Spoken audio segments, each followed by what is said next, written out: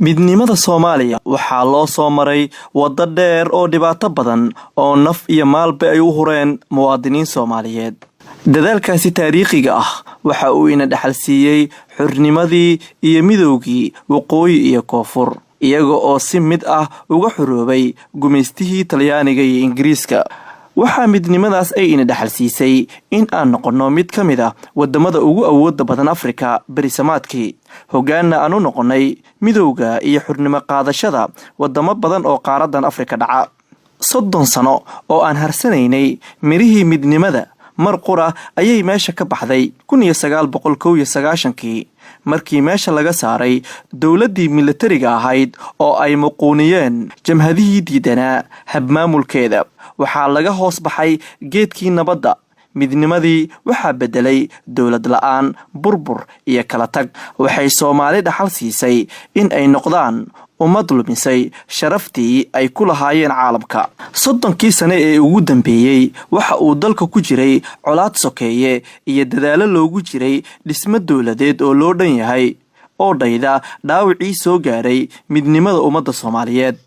dib u yagleelidii dawladnimo waxaa dadab socday dadaalo loogu jiray midnimada ummadda. inkastoo ay soo martay marxalado kala duwan, maanta weli waxaa muuqanaya sahanka lagu raadinayo midnimada.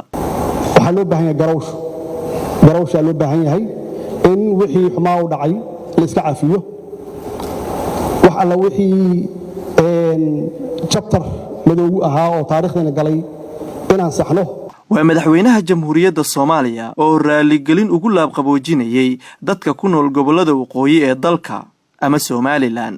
wax alla wixii chapter madoow ahaa oo taariikhdeena galay inaan saxno. macnaheedu waxay tahay dhibkaas ka dhacay waqooyi inaan cudurdaar aan ka sameeyno.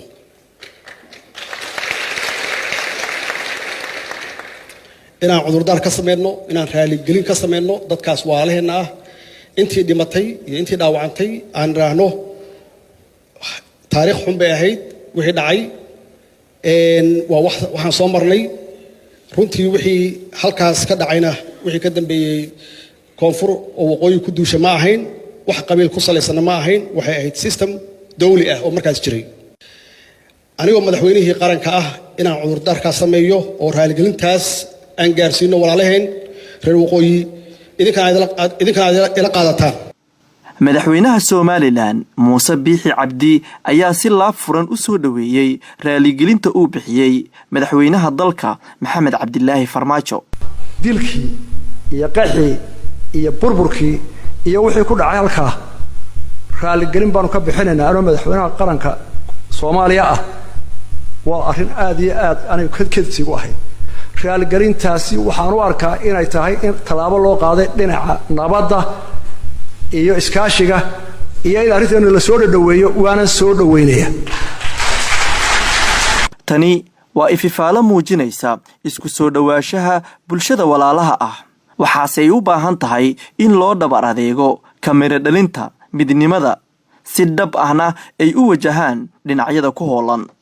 raaligelinta madaxweyne Farmaajo iyo aqbalaada madaxweyne Muuse Biixi halka looga dhaqaaqi karo. waxaan hor dhigay su'aashaas Dr. Ibrahim Faarax Bulsiliid oo ah falanqeeye dhinaca siyaasadda ah. waxaan fiicnaanayd in la naqtiimo guddigii dib u heshiisiinta ee qaabilsanaa arrimaha Soomaaliya si gaara maamulka Somaliland iyo xukuumadda dhexe si markaan xubnihii dad culus oo adag una dhuun daloola waxa la kala tabanayo way aragna oo ah hadalkoodana aanu xanaf lahayn loogu soo daro. waxa kale looga soo gudbi karaa in istiraatiijiyadda lagu daro sidii la isugu fasaxi lahaa dadka Soomaalida qaybahooda kala duwan waqooyi koonfurba.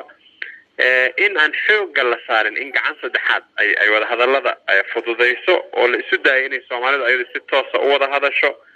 waxay siinaysaa kalsooni dheeraada reer Hargeysa. xukuumadana waxay siin kartaa gacan dheeraada dhinaca awoodooda gorgortan. waxaana muuqatay inay xukuumadihii kale ka duwan tahay marka la fiiriyo qaabka wadahadal Hargeysa loola gelay. midnimadu waa saldhigga horumarka ummadda. tusaalaha nool waa hayaanka dalalka dunida ay ugu jiraan wax wada qabsiga iyo wada jirka, iyaga oo ah dadyow kala duwan kala leh luuqad, dhaqan iyo diin oo ah kuwa ugu awoodda badan caalamka. waa hubanti hiigsiga iyo hirgelinta midnimada ummadda Soomaaliyeed inay hogaamin doonto dad iyo dowlad qiimo ka leh dunida inteeda kale. Cabdirasaaq Maxamed Faarax, warbaahinta qaranka, Muqdisho.